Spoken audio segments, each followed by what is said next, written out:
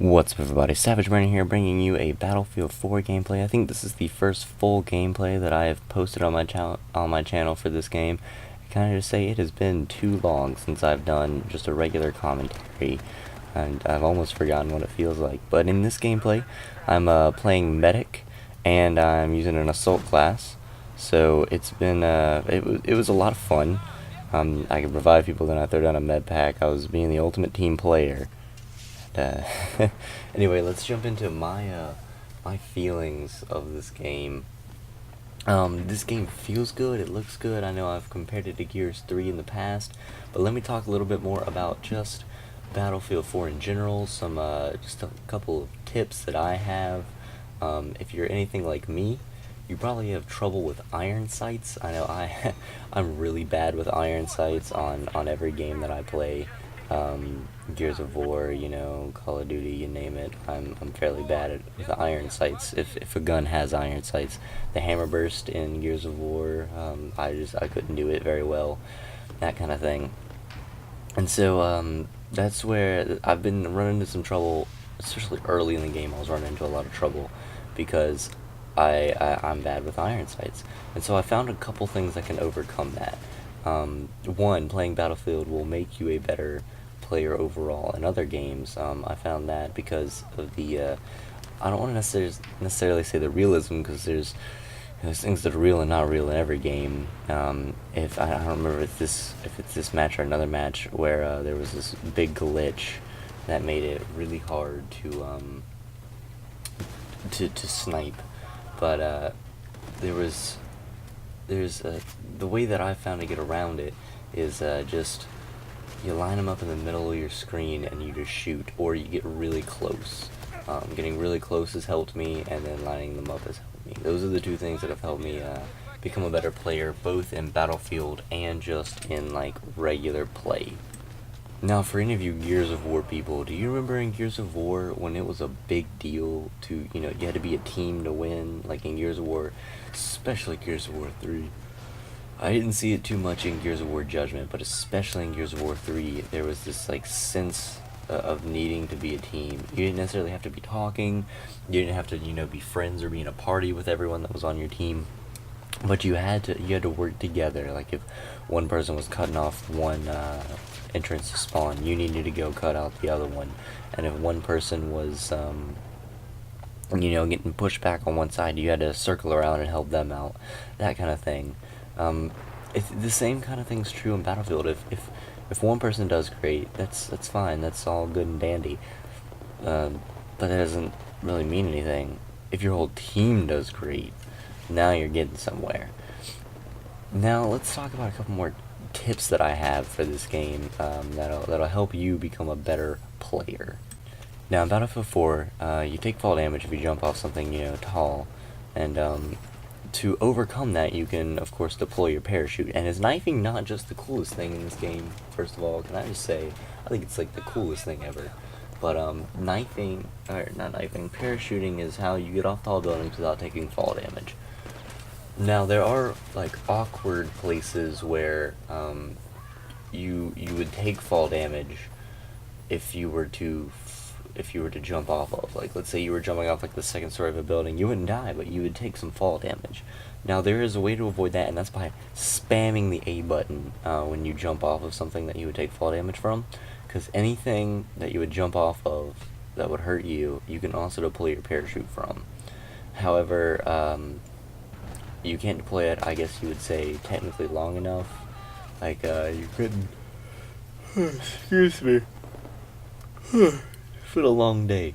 You couldn't deploy your parachute. Like, you see in the movies, they jump out of a plane and they have their parachute open as they're falling. You only open it for a split second, but that split second is enough to prevent you from taking fall damage.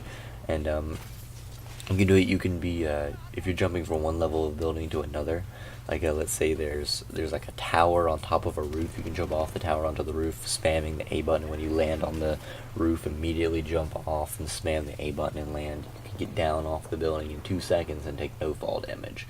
Now, it doesn't always work. Sometimes you will fall and take a little bit of damage. I think I've fallen off and taken as much, I had as little as like 4 health left. because I wasn't using the parachute trick. See right there, I tried to revive a guy, and look where it gets me. But there are some cases in which you will take fall damage anyway, but just spamming the A button when you jump off something tall enough to give you fall damage almost will most likely prevent you from taking the fall damage. Now there is a downfall. The downfall is, in Battlefield 4, your parachute is absolutely huge. You can spot it from halfway across the map, and therefore when you spam and it opens up for just a second, that's like a big red flag to your enemy, you know, like, hey, there he is, there's a giant parachute. So I've found that it's worth the risk, but I mean, if you're in in the games I play team deathmatch mostly. I know I have a lot of friends who play like Rush or who play Conquest or something, but I like team deathmatch. I find it the most fun to play. There's one that's basically search and destroy. I think it's called Defuse. If you were doing that one, you know, it's a big red flag. You only get one life, so you don't want to give away where you are. So it's really important to keep that in mind whenever you're doing this, is that they will see where you are if they're, you know, remotely close to you. But there are some other things you can do that are really, really helpful. So in Battlefield, if someone stabs you from in front of you, I guess you could say, you can counter knife them, and at the same time, they can counter knife you, if you see what I mean. Like if they run up in front of you, I know I had a clip of it on my other video. If they run up in front of you and they counter knife, and they knife at you, you can click the right stick as if you would knife, and you grab their arm and you knife them. Now I've discovered you can counter knife, which kind of blew my mind the first time I did it. But I was knifing a guy from the front, and he grabbed my arm like he was going to counter knife me, and so I clicked right stick again, and it punched him in the face and stabbed him anyway. So I don't know if you can counter knife, as in if he counters and then I counter his counter, can he counter my counter, if that makes sense? I know it probably doesn't make sense, but that's what I mean. You can counter knife. The problem is it takes precise timing. What I do when I go to knife, if I'm not behind them, is I just spam the right stick. I just press it until excuse me, that is being a problem today. I press it until I've knifed them, and then usually I'll like knife once afterwards, just in the air, just because I've been spamming the button. That's how I get around counter knifing. But counter knifing, I think, is one of the coolest things ever. It's almost like you're in a hand-to-hand combat 1v1 situation with someone in real life, and I like that. I like when there's an element of realism in the game, which brings me to my next point, which is the realism of the game. Now, of course, no game is, hyper-realistic. No game so realistic it hurts. But Battlefield does a good job of making sure there's balance between the guns, I guess you could say. Between all the guns, if I'm in a close-quarter situation, a shotgun has beaten me out when I have a submachine, in a close quarters. But my submachine would beat out an assault, and my assault would beat out a sniper in close quarters, that kind of thing. Long range, it's completely reversed. However, there are two guns that I've found that kind of break that a little bit. One is the MX4. I believe it's a submachine gun, but it just melts you. It's a two-shot kill. I don't know if I actually have one or not. I've never used it, but it has been used against me multiple times, and I can tell you it's no fun at all. It absolutely melts you, and there's nothing you can do about it. And then I guess the second thing would be pistols. Pistols in this game are ridiculous. They have almost infinite ammo. They have great range. I have a gameplay of me using the sniper and the pistol to and what I'll do is I'll hit him with a pistol shot. See, like right there is one of the exceptions. I was really weak. He probably shot me in the knee, and there we go. That's all she wrote with the sniper rifle versus the assault in the close quarters. But the pistol, I feel, is just a little overpowered. Of course, if you're just running around with a pistol, you won't get tons of kills, but it'll get kills in situations you don't think it'll get kills in. Right here, I just remember that table just for fun, just because I love how the mantling looks in this game. But the pistol's so it's almost like it has an infinite range. It doesn't fall off. If you can line them up in the iron sights from any distance, then you'll hit them. Like that's just what it feels like, at least. Like I'll snipe at them and hit them, in the lower leg, and then pull out my pistol and hit them with one shot across the map, and they'll die.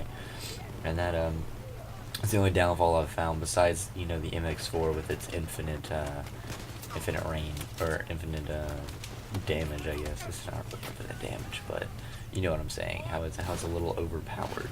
That's the only thing that I've found that's been out of the norm, I guess you could say.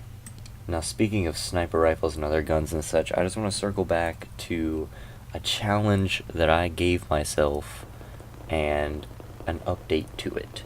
So, in my other video, which will have a link at the end here in the outro, my first review of the Battlefield multiplayer, a less in-depth one, I talked about jumping off of this tower and getting a sniper kill. One, I found it's very hard to climb the tower, because I guess just because if someone sees you, there's no way to jump off the ladder or to shoot. Like, you have to climb up or down, and you can only climb at one speed. And that, with such a tall tower, it leaves a lot of time for someone to see you and to shoot you off.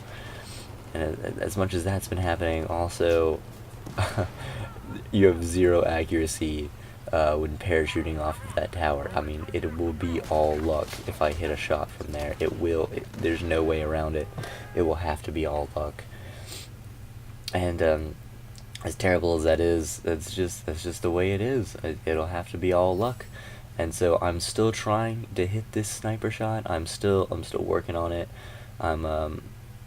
I'm trying, every time I get that map, I'll climb to the top of the tower and jump off with the sniper rifle and just kind of spray a little bit.